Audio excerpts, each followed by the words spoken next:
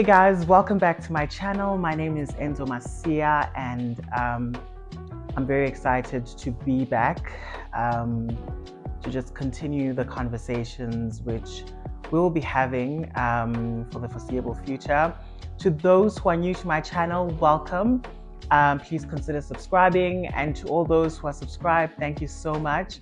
I really appreciate it, and I'm so grateful that you are part of the team and you're helping us grow. And I would like to encourage those who are new, to like, comment, share, and subscribe.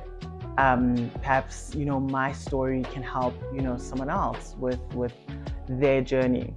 And I want to start by just sharing a bit of background in terms of why I'm doing this, why I'm telling my story, and why I'm sharing this journey with everyone. One day the Lord said to me, you need to share your story. And immediately when the Holy Spirit spoke to me about sharing my story, I was scared, to be honest, because there were so many things that I was considering, about my family, the life that I live, and what people would think of me, etc., etc. So many noises, just internal noises, came inside my head, and I think that's why it took the time that it did for me to be, to be able to be free to tell my story and to get to this point, as a gay man. And because I had all this fear, I had all this doubt about whether or not it would be beneficial for me to share my story. But nevertheless, we're here, and I'm finally doing it, and I'm very excited to do it, actually, because I believe that someone out there can learn from my story, and they can be encouraged to live their truth, and to walk in their truth, and to not be ashamed, as I share my story. And in particular, I think for this video, I want to just walk you through, my journey as a child, growing up in rural Mpumalanga, as a gay child. It was quite an interesting journey for me. And I want to start, I think, my journey just, where I was living with my late maternal grandparents in their home. It was a family home, I don't know if you've watched the previous videos before, but in my Get to Know Me video, I do mention that I spent a great deal of my childhood in the Lowveld of Mpumalanga, in a rural trust called Sabiscom, and that's where my maternal grandparents were based. And that's the family that I was basically born into. And I mean, as a child, I was a happy child. I was, like any other child, I guess. I was very adventurous. I was curious, and I didn't have, any inhibitions. I spoke my mind, often to other people's detriment, because I didn't really have much of a filter then. Yeah, but anyway, I don't even want to get into that. The focus here is you just getting to understand my journey then.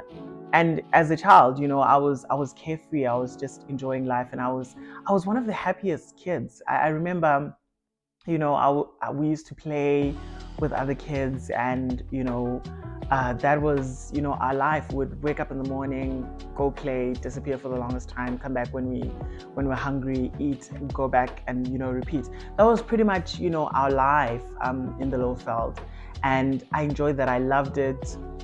It was fun. We used to play hide and seek, and it's not up until I got into the school system, that things started to happen. Other kids that I was exposed to, started noticing me, and noticing certain mannerisms about me that made me different. Because first of all, the pitch of my voice, and the way in which I walked, and I had feminine mannerisms, and I mean, who wouldn't at that point? I was being raised by my mom, so a lot of my traits and a lot of my expressions as a child were literally mirrored after her. I mean, it makes sense. My dad was not much of a present dad, like I said. A lot of the times during my childhood, my dad would be away working. He wasn't, a present dad. I was raised in a household, predominantly women. My grandfather also, used to work in Joburg, so he wasn't home a lot. So, my grandma was basically my other mom who we stayed with, and it was my mom and her other sisters, my late Nane, and my other aunts as well, her sister, and those are the people we lived with, in our home. Those are the people I was exposed to. Oh, and my late uncle as well. He was also in the household. He loved me so much, actually. And he is my first experience of being loved by a male figure, and being embraced, by a male figure, because he just carried me everywhere. He took me everywhere, and that was just our life. And so I'm fast forwarding now so that you can get to the crux of the story. But the picture I'm painting here is that I had a pretty normal childhood. I was never self-conscious until I got into the schooling system, which I got into quite early, actually, because I got into grade, what you now refer to as grade 1, when I was 5. And I didn't struggle actually at all. I did really well, and in some of the grades, I was actually even promoted. Promotion was a thing in our time, guys. Just to let you know, that gives away my age, but that was the life we led. We got promoted in school. If you were doing well and you were showing greater aptitude than all the other kids, you would be considered for promotion into the next class, so that you could be challenged in a way that stimulates your brain, and it helps you to develop and become better as a scholar at the time. So I think my first encounter with other kids where I felt different was in primary school, where other kids, the name calling started. In the Lowveld, it's a region that's predominantly Swati. So boys would tease me and they would call me Sesputi, and you know, I didn't understand what that meant. I didn't get it. I didn't know what that was, and um, that's when I think I began to grow, a thick skin, because I didn't understand, that number one, I was actually being bullied, and I didn't understand, what the meaning of all this was. Going through primary school, in every space that I was in, I was bullied because I was feminine, and I displayed a lot of traits and characteristics that were feminine, and often a lot of boys would they would tease me, and depending on where we were and where we lived, I would be called that particular um, homophobic slur, so to speak, because we moved a lot, with my parents in Mpumalanga because of my dad. And so when we moved, from the rurals to the townships, in the townships, the slurs were different. That's when I started hearing words like stuzana.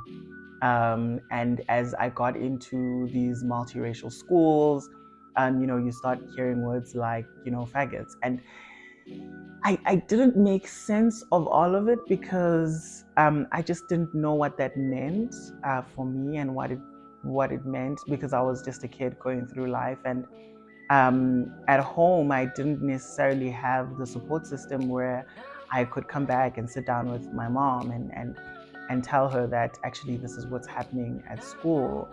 Um, The only time I recall when I was bullied in primary school was when we lived at a place called Elukwatini in Bad Plus in Bumalanga, and that was a blatant case of bullying. It even had nothing to do with my sexuality at the time.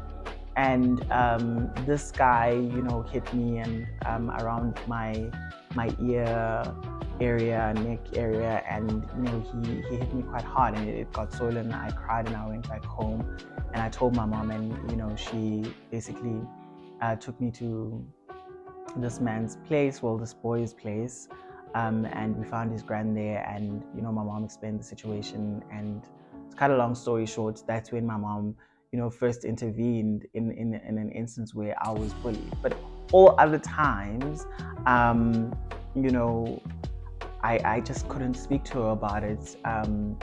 It was never really violent. It was always just words that were just, thrown at you. You called all these homophobic slurs, and that helped me to actually grow a thick skin growing up. It helped me to block out the noise. Whenever I walked into a space, because I loved singing and I've loved singing all my life. I've been singing, since primary school, and in at the assembly, in the rural schools, we would have worship and the word before school started, and I used to be the one that led all the songs in that particular school. I remember the school is called Mdumiseni Primary, and that's where I was singing, and so I had to block out a lot of the noise, even in that space, because you know kids will just be kids. They'll always call you names, and people always, it's interesting how they always kind of like see you, and even though you don't necessarily understand what that means until later on in life, and it was quite interesting. So that was pretty much my childhood. I grew up in that space, in primary school, just enduring the bullying, and I honestly had no one to talk to about it. It's interesting how even in my family, some family members would also call me homophobic slurs, even though it wasn't prevalent a lot, especially on my dad's side of the family. It wasn't as prevalent, but I do recall some people also, calling me names that I was just, uncomfortable with, etc., etc. And it's interesting how being bullied as a child, and being called all these, homophobic slurs for so long, how, it impacted me, psychologically, because coming into my teen years, you become more and more aware that, okay, I'm different, and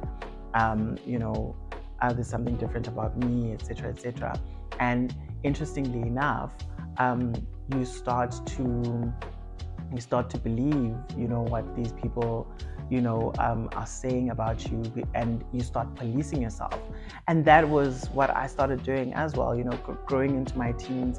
When I started becoming conscious of my sexual attraction to other men, I started policing myself.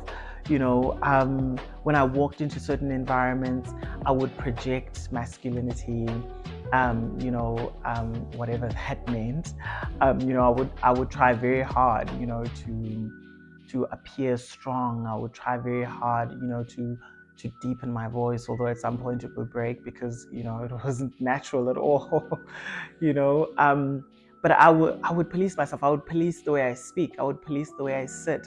I would police the way I walk. In some spaces that I would walk into, I would be intentional about walking slowly so that I don't appear, I don't show any hint of, um, femininity in me, just so that I could secure myself, I guess, and also avoid, being bullied. But eventually, you let go of those things and you become yourself.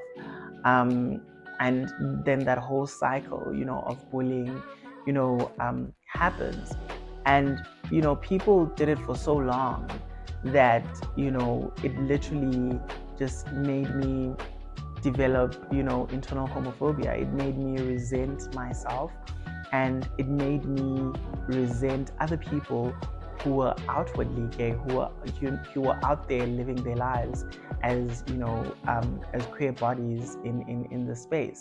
It made me really resent them, and it's because of all that I went through, and I didn't want to be associated with that. I didn't want all the hate that I was getting. I didn't want all the bullying that I was getting during the time.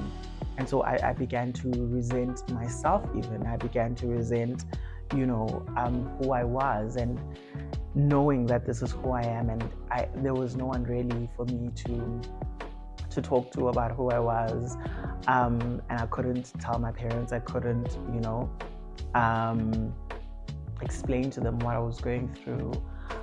I recall an incident when we were staying at Elukwateni with my family. I took a blanket. In Afrikaans they call it jaliki.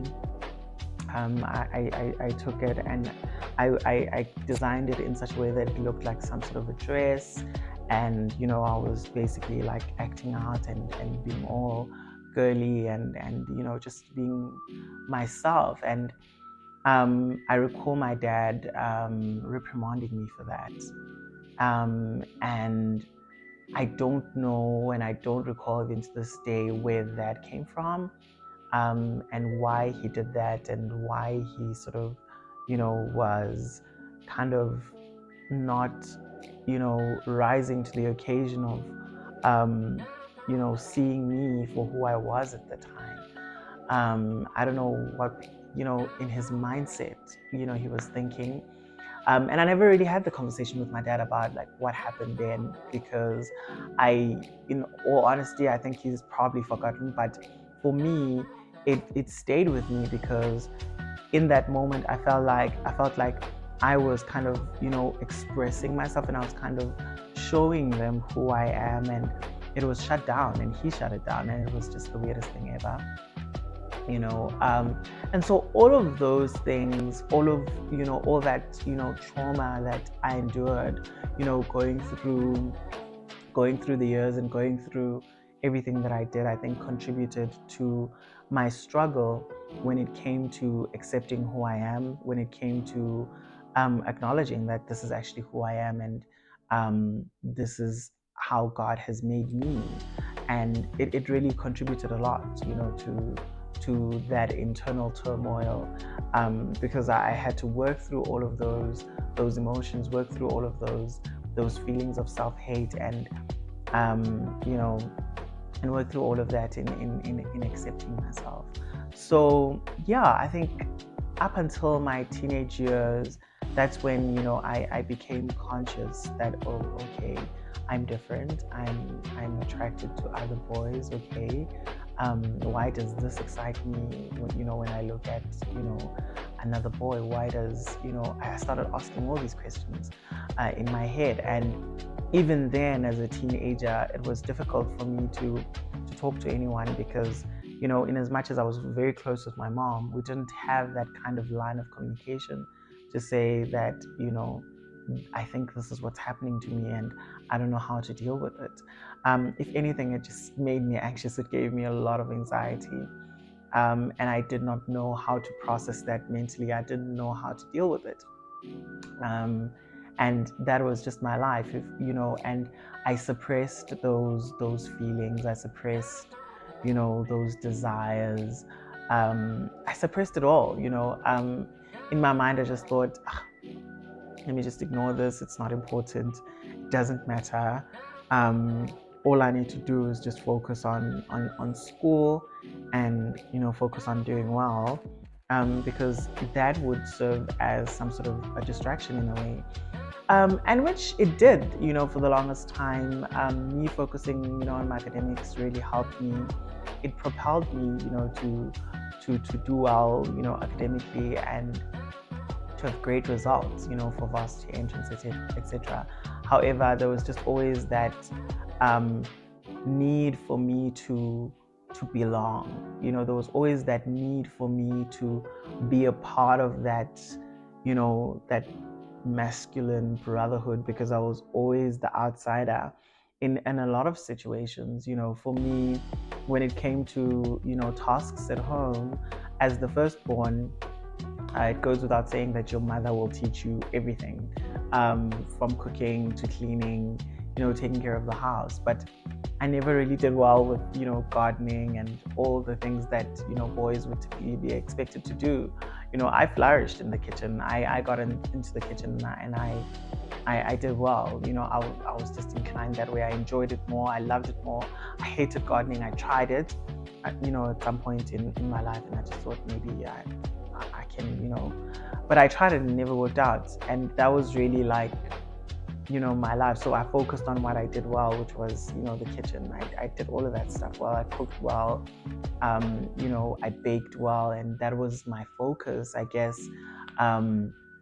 as a child growing up. And all of those things, I guess, collectively helped me to sort of, not focus on my sexuality at the time, but to really just focus on, on my life as it was unfolding, and other things, that I was doing at the time.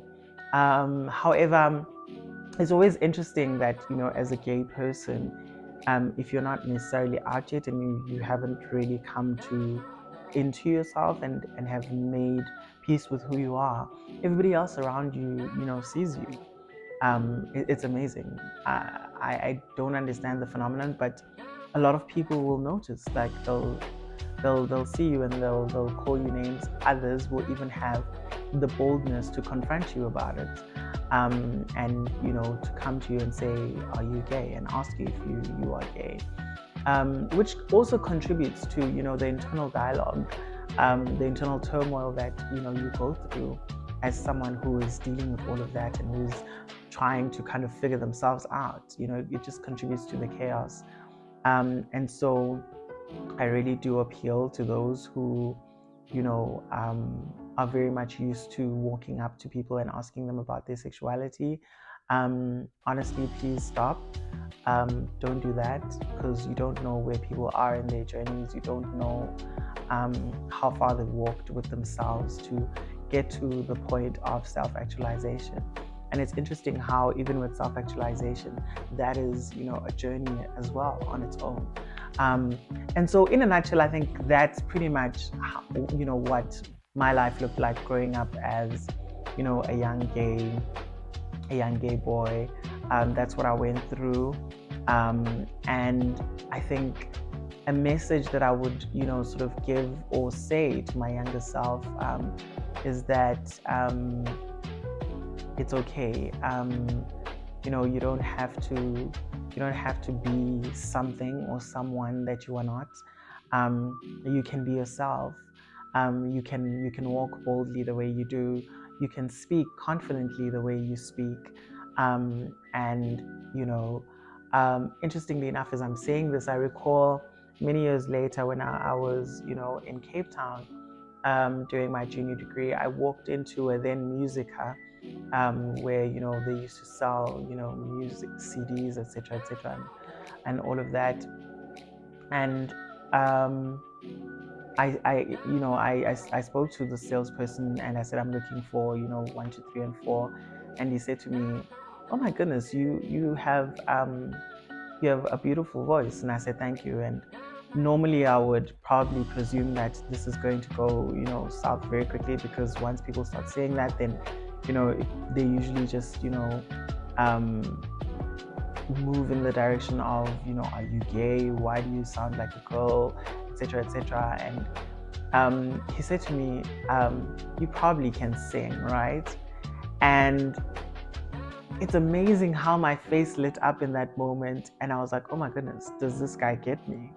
And he was saying he probably can sing high notes, and I was like, "Oh wow, does this guy know me?" Because at the time, I had already been involved in campus ministry, and I was part of the worship team, and that's exactly what I was doing. So it was quite cool. But yeah, to really wrap it up, I would just say to my younger self, it's okay to be yourself.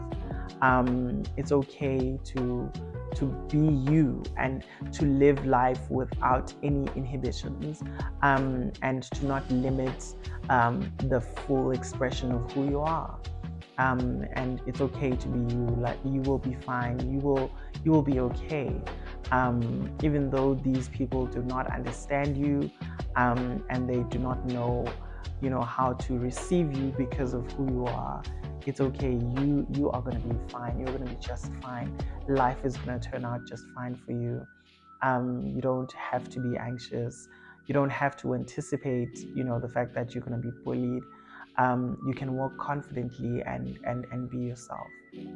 And yeah, so that brings me to a close for just sharing in this segment regarding growing up as a gay boy and what life was like. And yeah, and I hope you tune into the next video where I'll be continuing to basically share about my life and how my experiences influenced the person that I am today and getting to this point and how I got to this point.